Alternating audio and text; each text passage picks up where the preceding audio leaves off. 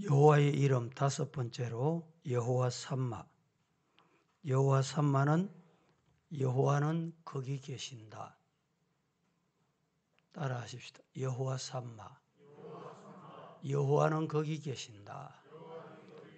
여호와의 이름에 관하여서 다섯 번째로 오늘 말씀을 드립니다. 6.25 71주년이 바로 오늘입니다. 여러분에게 질문을 하나 던져보겠습니다. 6.25가 동란입니까? 전쟁입니까? 어느 쪽입니까? 6.25 사변입니까? 전쟁입니까? 예. 이제 전쟁에 참여하셨던 분, 연세가 많으신 분들은 6.25 전쟁으로 보지 않습니다. 6.25 동란, 6.25 사변, 동족의 반란이다. 이렇게 봅니다. 그런데 언제부터 6.25를 전쟁으로 부르게 됐냐? 전쟁으로 부르게 된 것도 실제적으로 얼마 되지 않습니다. 제가 지금 자료를 가지고 왔는데 학생들이 공부하는 국사 교과서에 6.25 서술 변천사를 보면 언제부터 우리가 6.25 전쟁이라고 부르게 됐느냐? 6.25 전쟁을 지칭하는 용어는 5차 교육 과정까지 6.25 동란, 그리고 6.25 사변, 그 다음에 6.25 남침, 이렇게 불러오다가 근자에 와서 국사 교과서가 바뀌게 되면서 우리도 모르고 6.25 전쟁이라고 부르게 된 것입니다. 현재 6.25를 지칭하는 공식 용어는 국사 교과서에 6.25 전쟁으로 자리 잡고 있습니다. 1차가 어떻게 진행이 되고 2차, 3차 왜 이렇게 됐느냐에 대해서 제가 이 시간에 다 설명드릴 수는 없고, 동란은 뭐냐? 왜 6.25 전쟁에 참여하셨던 분들, 연세 높으신 분들이 6.25 동란, 6.25 사변이라고 불렀는가? 동란은 반란 단체의 내전 성격을 담고 있는 용어입니다. 그 당시에 실제로 정상적인 국가가 이루어지지 않은 그때에 일어난 반란으로 봤다, 이 말입니다. 그래서 그 당시는 6.25 동란, 6.25 사변, 6.25 남침 이렇게 불러온 것입니다.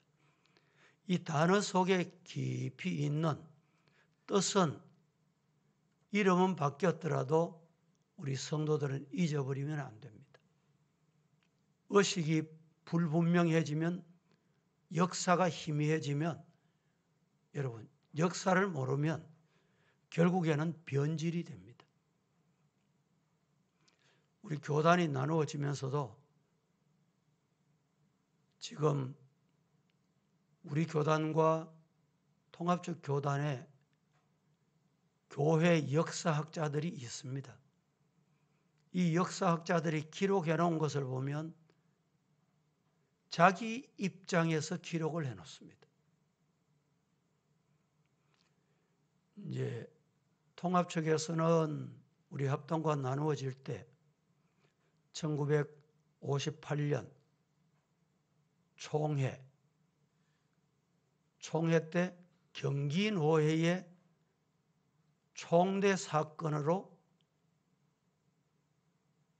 우리와 통합이 분리되게 됐다, 이 역사를 이렇게 기록하고 있습니다. 근데 실제로 우리 교단은 지금도 우리 교단에서 약간 언급이 되고 있는 내용이 WCC, WEA, 세계 선교단체라고 하는 이 단체 정체가 뭐냐? 우리가 만날만 하고 교류할만 하고 성경적이냐? 아직까지 논쟁이 되고 있습니다. 우리 교단에서는 그 당시에 총회 때 WCC를 추종하거나 따르거나 이런 자들과는 함께할 수 없다. WCC가 뭐냐? 세계 복음주의 협의회라는 단체입니다. 이 단체는 우리가 서울 갈 때 고속도로로 갈 수도 있고 열차로 갈 수도 있고 국도로 갈 수도 있다. 또 자가로 갈 수도 있다. 여러 가지 방법 중에 하나가 기독교가 되고 불교도 되고 이방신도 되고 샤머니즘도 된다. 이렇게 보는 선교단체가 WCC입니다. 그래서 그 당시에 우리 교단에서는 어떤 이유로도 WCC와는 영원히 결별한다. WCC와 교류하고 있는 교단과는 강단 교류를 하지 않는다. 이것이 그 당시에 약 60년 전에 결의된 내용인데 이 역사가 흐르다 보니까 성도들 교육을 안 하고 목회자도 교육이 안 되다 보니까 그 당시 왜 우리 교단과 이 대교단이 나누어졌는지 알지 못해. 그래서 여기도 갔다가 저기도 갔다가 신학 사상이 흔들리고 성경 해석이 흔들리고 성경 보는 관점이 흐트러지게 되는 거예요. 오늘 6.25 남침 71주년이 되는 날입니다. 기도 제목을 제가 이렇게 붙였습니다. 나라와 민족, 정치, 경제, 안보, 국방, 자유 대한민국, 복음 통일이 이루어지도록 오늘 기도하자. 여러분, 어떤 이유로도 여호와 삼마, 여호와가 우리와 함께 계신다. 여호와께서 거기 계신다. 나와도 함께 계시지만 우리 가족과도 함께 계시고 우리 가정에도 함께 계시고 교회도 함께 계시고 이 나라에도 여호와 삼마, 여호와께서 거기 계시도다 믿으시기를 축복합니다. 우리가 1945년 해방이 되고 얼마나 기뻐하고 얼마나 좋아했습니까? 그런데 해방이 되면서 자유의 국가가 되는 것으로 기뻐했음에도 불구하고 우리 주변에는 여러 가지 다른 강대국들이 참 많이 있습니다. 아직도 그렇죠. 이 강대국들의 통제 아래 있다 보니까 남과 북이 나누어지게 된 거예요. 그러면서 5년 동안 북한 김일성은 스탈린에게 가서 전쟁하겠습니다. 너 이길 수 있냐? 이길 수 있습니다. 어떻게 이길 수 있냐? 5일만 기회를 주세요. 5일만 하면 남쪽은 끝납니다. 그런데 놀라운 사실이 있습니다. 북쪽이 남침을 했습니다. 남침을 하고 서울을 점령을 하고 난 다음에 이 하나님의 역사예요. 지금도 왜 북쪽이 남침을 해서 서울에 침략을 해서 서울에서 일주일 동안 머무르고 있었는지 이해가 안 되는 거예요. 이게 하나님이 하신 역사예요. 역사가들도 북쪽이 남침을 하고 서울에 와서 서울을 계속 공격해서 남하하지 않고 서울에서 일주일 동안 머무르고 있습니다. 그것이 하나님의 축복이고 하나님의 기적입니다. 그래서 남쪽은 그때 군대가 있습니까? 전쟁할 준비가 있습니까? 전쟁하리라고, 전쟁이 일어날 남침이 있으리라고 꿈에도 생각을 못할 때 전열을 가다듬고, 학도병이 뭡니까? 학교에 다니는 학생들을 끌어다가 군인을 만드는 거예요. 그 당시 고등학생까지 총 한 번 만져보지도 않고, 그래도 나라에 이런 문제가 생겼으니까 내가 나가겠다. 그래서 전쟁터에 나가서 아직까지 돌아오지 못하고 시신도 하지 못하는 가족들이 우리 주변에 얼마나 많습니까? 이런 상황에서 오늘 하나님께서 우리나라를 사랑하셔서, 늘 말씀드리지만 인천 상륙작전은 5,000분의 1도 불가능하다. 그래서 많은 전술 전략가들이 인천 상륙작전을 하지 말고 이건 백전백패다, 군산 상륙작전으로 바꾸자. 이 메가드 장군이 마지막 우리 이승만 대통령과 약속을 이렇게 합니다. 5,000분의 1의 확률도 없기 때문에 북한도 인천 상륙작전은 꿈에도 못 꾸고 소홀히 여기고 다른 데 집중하고 있기 때문에 우리가 인천 상륙 이길 수 있다. 이 전술이 정말 하나님이 주신 지혜입니다. 그래서 결국에는 저 평양까지, 두만가까지 진군을 하게 되는 이런 역사를 하나님께서 주셨어요. 결국에는 우리나라 주변의 강대국 때문에 38선 아직까지 휴전 중입니다. 우리는 전쟁을 휴전하고 있는 거예요. 이스라엘 전쟁하다가 보세요. 팔레스틴하고 휴전합시다. 너도 죽고 나도 죽고 죽으니까 며칠 전에 휴전을 했잖아요. 똑같아요. 우리나라는 지금 남과 북이 전쟁 중인데 휴전을 하고 있는 것뿐입니다. 이럴 때 우리는 정말 나라를 사랑한 마음으로 기도해야 합니다. 저 평양 땅이 어떤 땅이었습니까? 우리 기독교 역사에서 잊을 수 없는 역사를 가지고 있습니다. 1907년 평양 대부흥운동이 일어났습니다. 그 이후에 평양을 아시아의 예루살렘이다. 지금은 평양이 철통같이 문이 닫혔습니다. 예배도 드리지 못하고 성도도 찾아볼 수 없고 교회도 없어졌습니다. 그래서 그 복음의 열정이 어디 갔냐? 대구에 왔다. 대구에 제2의 예루살렘이라는 말을 많이 합니다. 왜 대구에 제2의 예루살렘이라고 할까요?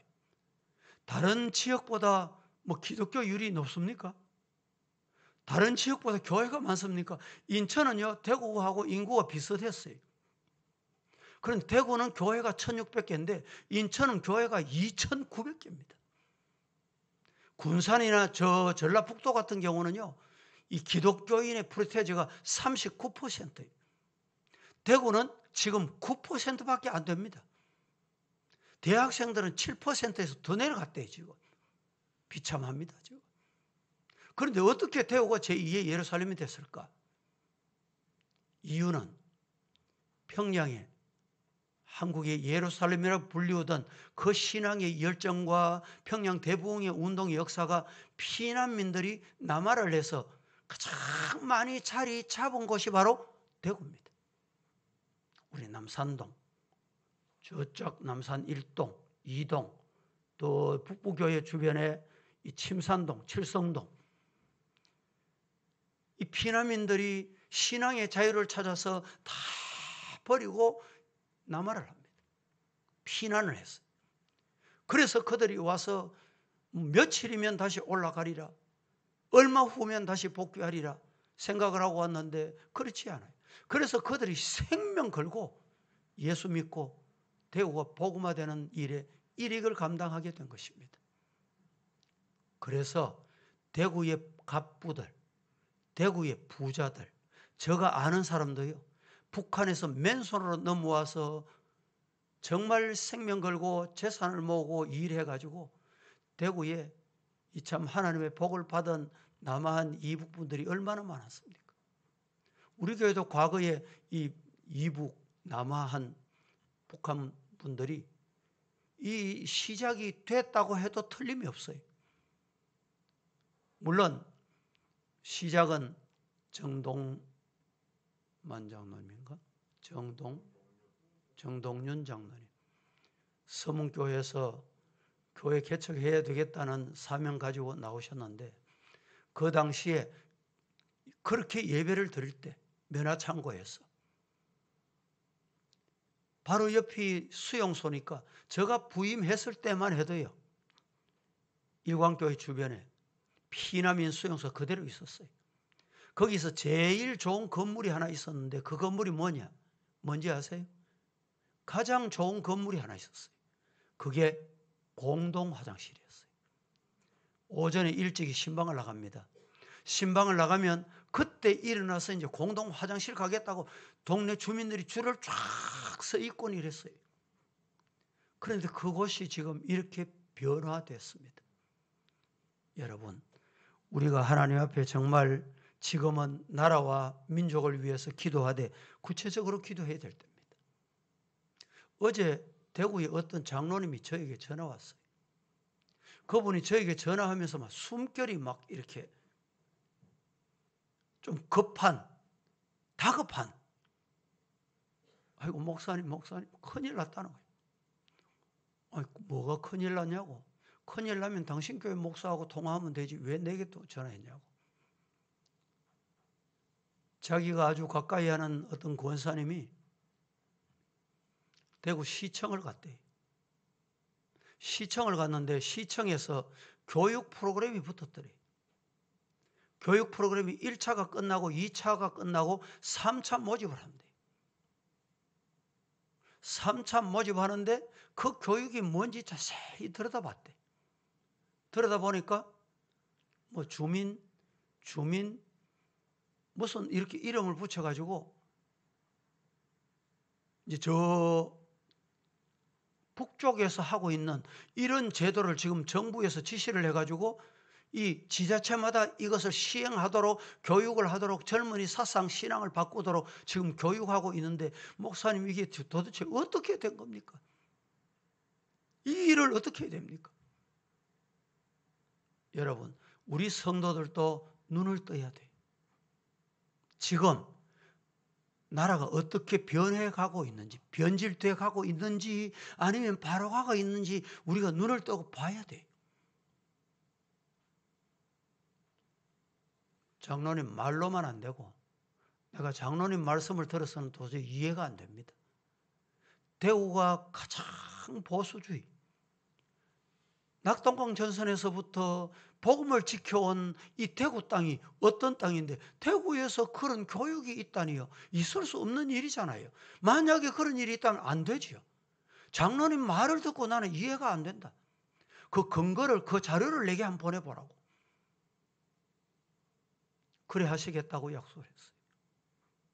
여러분, 정말 우리는 가장 중요한 건 대한민국 자유민주국가가 되는 것도 중요하지만 왜 자유민주국가가 돼야 되느냐?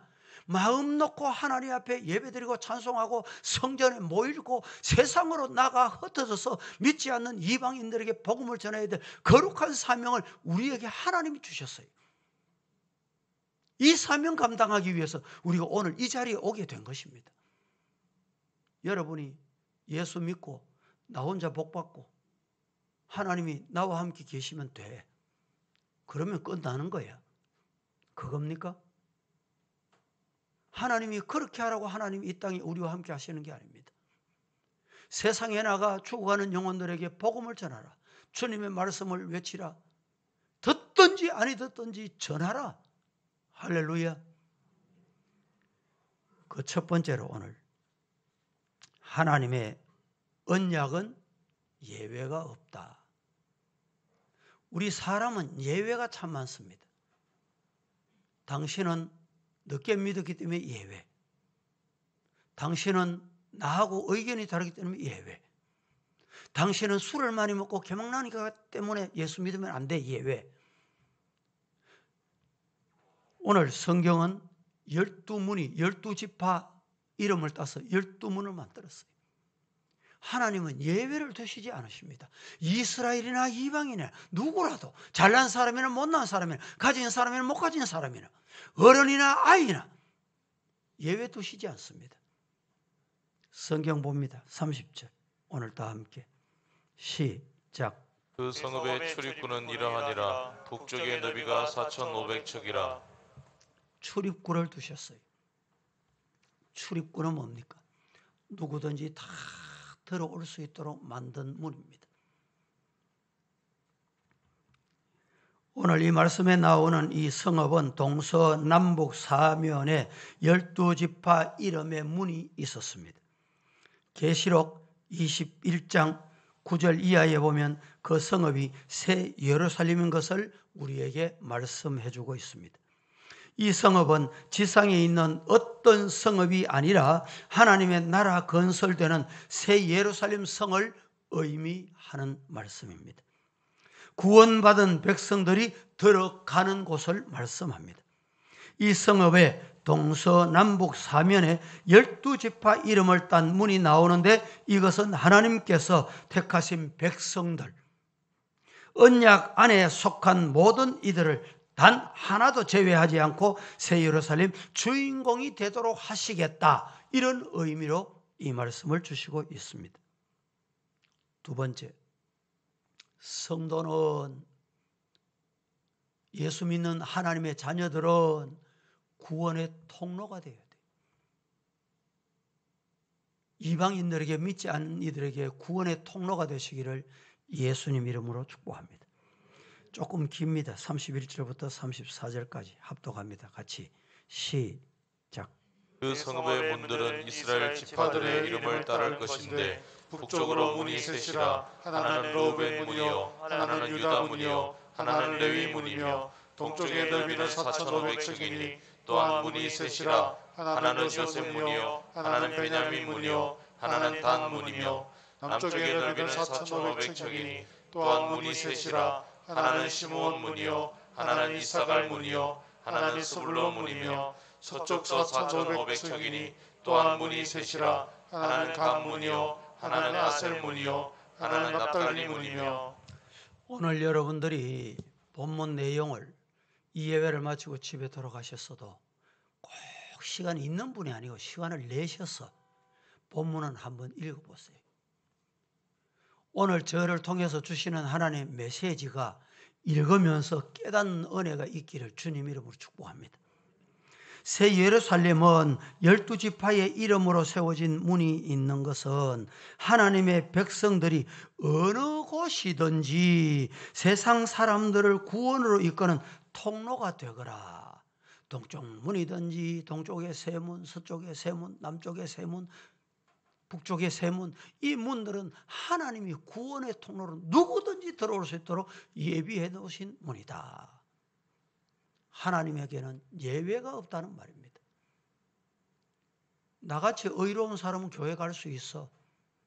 나는 죄가 없어, 잘못이 없어. 하나님이 그런 사람을 가장 멀리 하십니다. 누구든지 하나님 앞에 나와서 예수의 보혈로 씻음받고 구원의 은총의 나래 아래 하나님의 백성 된다, 믿으시기를 축복합니다. 그래서 베드로전서 2장 9절은 우리에게 이렇게 말합니다. 그러나 너희는 택하신 족속이요, 왕같은 제사장이요, 거룩한 나라요, 그의 소유가 된 백성이니 이는 너희를 어두운 데서 불러내어 그의 기이한 빛에 들어가게 하신 이의 아름다운 덕을 선포하게 하려 함이기 때문이다. 믿으시기를 축복합니다. 세 번째, 여호와 삼마는 축복된 약속입니다. 여호와 삼마 35절 같이 한번 봉독하겠습니다. 시작. 그 사방의 합계는 18,000척이라. 그날부로는 그 성읍의 이름을 여호와 삼마라 하니라. 사방의 합계는 18,000척인데 그날 후로는 그의 성읍의 이름을 여호와 삼마다. 여호와 삼마라는 이름은 또 다른 이름과 동일한 뜻이 있습니다. 그 말씀이 어디 있느냐? 마태복음 1장 23절에 여호와 삼마를 다른 이름으로 표현해 놨습니다. 마태복음 1장 23절에 임마누엘과 같은 말이 여호와 삼마입니다. 예수님께서 죄인들을 구원하시기 위해 이 땅에 오시고 함께 하신 것이 우리에게 축복이듯이 여호와 삼마도 성도들에게 가장 큰 소망이며 축복인 것을 믿으시고 오늘 하루 가정의 가족들 모든 삶의 현장에 우리 교회에 이 나라 이 민족에 여호와 삼마의 축복이 임하기를 예수님 이름으로 축원합니다. 하나님께서는 모든 지파를 공평하게 타인에게 타국인에게도 함께 기업을 나누는 복을 주셨습니다. 하나님께 드려지는 모든 곳에 함께 계신다. 즉 하나님이 아니 계신 곳은 없다. 나와도 함께 계시고 내 형제와도 함께 계시고 우리 교회 모든 성도들과 함께 하신다. 믿으시고 오늘 하루도 주님의 은혜가 넘치는 하루가 되기를 예수님 이름으로 축복합니다. 찬송하겠습니다.